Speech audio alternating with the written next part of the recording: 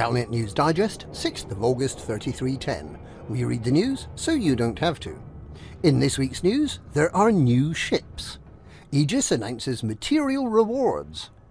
And there's no good news for users of Apex taxis.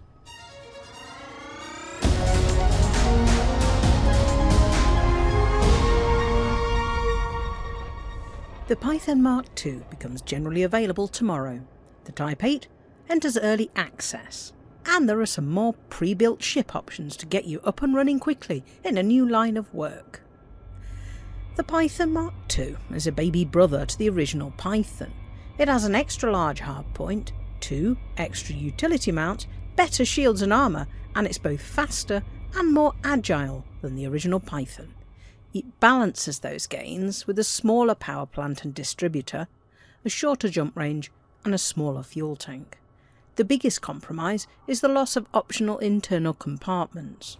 With only one size 6 compartment and no class 5, the Mark II is clearly intended for combat and short range work, and for doing everything well that the forthcoming Lakon Type 8 does badly. The Type 8 is a medium hauler with the capacity greater than that of its big brother, the Type 7. It has more weapons, is far more manoeuvrable, and it doesn't look like a member of the Addams family. It has a decent jump range and can be fitted for reasonable survivability under attack. It's entering early access, which means that if you want one now, you'll need to shell out 16,000 arcs, or 33,000 arcs if you want the deluxe one, which comes with a nice red paint job and little flappy wings. What both the Type 8 and the Python Mark II do well is travel within a system. They are made for supercruise overcharge and can travel fast and smoothly over great distances between planets. There is a theory that these new second generation ships will gradually come to supersede the original ships.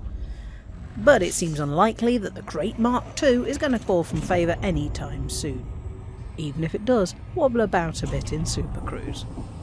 The other pre-builds being released tomorrow are a bounty hunting Vulture and a Beluga passenger liner. Commanders are reminded that modules from pre-built ships cannot be stored, so please exercise discretion before applying engineering modifications.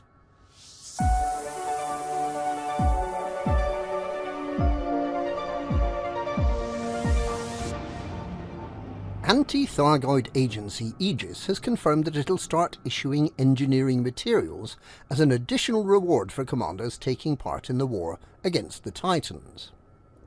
Alba Tesreau, the agency's director, explained that independent pilots are vital to the war effort and that Aegis is keen to give due reward in return for commanders' selfless dedication. Engineers Ramtar and Professor Palin, both engineers who have a never-ending demand for materials for use in modifying ship modules, suggested that Aegis might like to distribute free materials as this additional reward, and that's what will now happen. Aegis will track commanders' contributions to freeing systems from Thargoid control, whether by combat or non-aggressive means, and when each system eventually falls, all those who took part will receive a reward as a selection of 6 different Grade 4 and 5 materials, and a thank you message from Aegis. It doesn't matter how many weeks it takes, everyone who took part will get a share in the reward, with those who did the most work getting a higher level of rewards.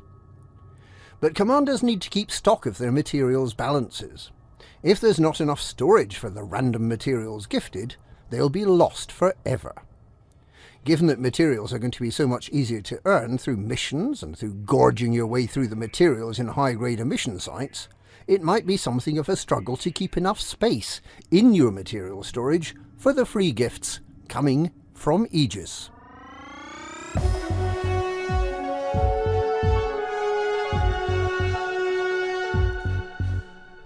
Passengers will no longer be denied a free upgrade following an agreement made earlier today. And the SCO drive is getting even better, but there's bad news for users of the Apex taxi service.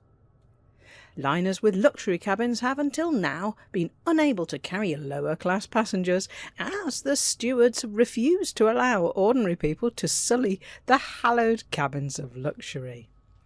under an agreement reached between commanders and the Associated Union of Cabin Stewards. Passengers from cabin and business class will be permitted access to any unused first-class cabins from tomorrow, 7th of August. In other news of note, Azimuth's experimental weapon stabiliser modules will no longer make an additional power draw on the distributor.